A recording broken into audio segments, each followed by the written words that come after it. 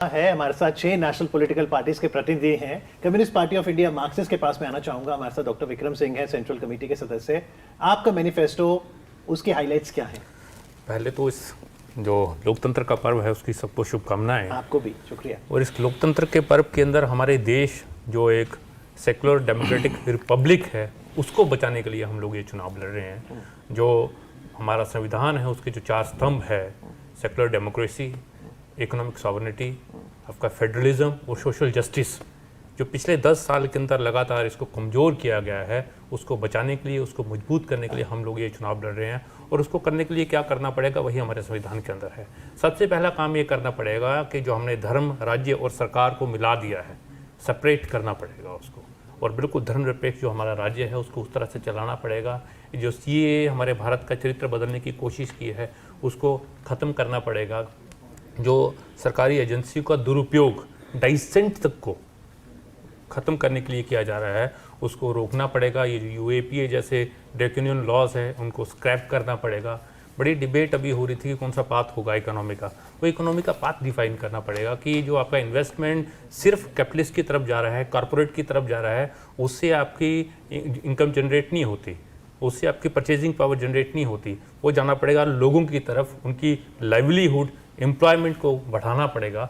और जो सबसे बड़ा हमला मनरेगा, जो हमारी सरकार बोलती थी कि उसको एक लिविंग मोन्यूमेंट बना देंगे, उसको एक हक के तौर पे लागू करना पड़ेगा। और ये जो कैप है 100 डेज की, उसको रिमूव करना पड़ेगा। इसी के साथ जो शहरी रोजगार गारंटी है वो भी लागू करना पड़ेगा। शहरी मनरेगा के अंतर्गत क्या होगा?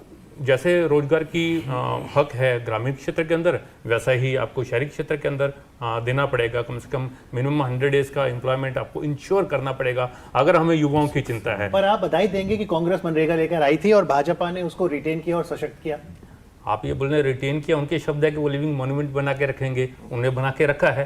अभी भी 49 डेज एवरेज, 50 एक बार गया है। आपके जो एवरेज वर्किंग डेज है वो फैमिली पर एनम, आपका जो बजट है एज परसेंटेज ऑफ जीडीपी वो नीचे की तरफ गया है। वो जो अलग अलग एडवाइजरीज लेके आए हैं आपने ऑलमोस्ट इम्पॉसिबल कर दिया है उसको इम्प्लीमेंट नीचे करने के लिए। अगर आप इसको जिंदा रखना बोलते हैं तो जिंदा रखा है, पर लोगों के लिए एक आजीविका के साधन के तौर पे हक, 100 डेज का हक, वो अभी तक उनको हासिल नहीं हुआ है। वो तब होगा जब उसके लिए बजट होगा और जब सरकारी मंशा होगी। इसके साथ जो शिक्षा सब इसके ऊपर कर रहे हैं बात, वो कैसे होगा जब तक 6% ऑफ जीडीपी उसके ऊपर खर्च नहीं होगा। हायर एजुकेशन के अंदर जो रैम्पेंट प्राइवेटाइजेशन है, प्राइवेटाइजेशन शिक्षा के अंदर तो कोई चैरिटी के लिए नहीं आएगा ना, मुनाफा कमाने के लिए ही आएगा, वो उसको रोकना पड़ेगा।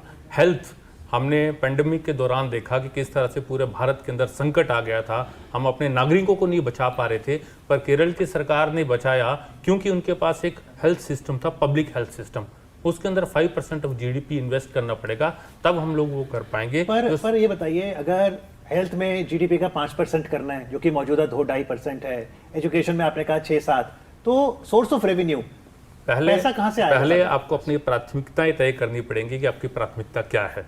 अभी तक जो कंसेशंस आपके कुछ घरानों की तरफ जा रहे हैं उसको रोकना पड़ेगा, वो पीपल्स की तरफ जाना पड़ेगा। जो 15 लाख करोड़ रुपया आसपास आपने डेट माफ़ कर दिया है कॉर्पोरेट्स का, वो नहीं करना पड़ेगा। और आपको जो आपका रेवेन्यू है वो जनरेट करने के लिए रिफॉर्म्स करने पड़ेंगे। हम तो पहले से बोल रहे हैं कि इनहेरिटेंस टैक्स लगाना पड़ेगा आपको, सुपर रिच टैक्स लगाना पड़ेगा। इनहेरिटेंस टैक्स, उत्तराधिकार जो कर है, इसके अंतर्गत क्या है?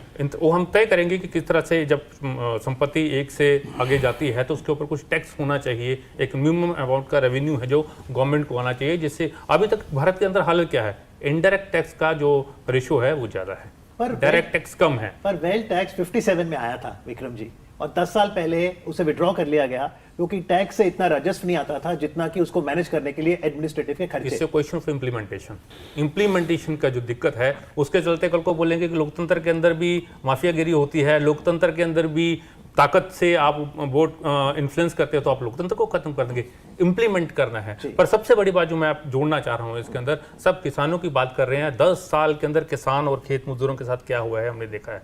और सब किसानों की बात नहीं है, वो फूड सिक्योरिटी के साथ भी जुड़ा हुआ मामला है। हम इसको हमेशा छोड़ देते हैं। वो 3 कानून आए थे, उसके अंदर जो पीडीएस एसेंशियल कमोडिटी एक्ट था वो बहुत ही महत्वपूर्ण था। किसानों ने तो भाजपा को हराया है, किसानों ने भाजपा को हराया है। संसद के अंदर पारित कानून वापिस करने पड़े थे, कुछ किसान बोलिए, ज़्यादा किसान बोलिए, पर अब क्या होगा? सिर्फ एमएसपी नहीं, स्वामीनाथन कमीशन की रिपोर्ट की जो सजेशंस है उनको लागू करना, और एमएसपी C2+50 और गारंटी, कानूनी गारंटी प्रोक्योरमेंट की। जी, जो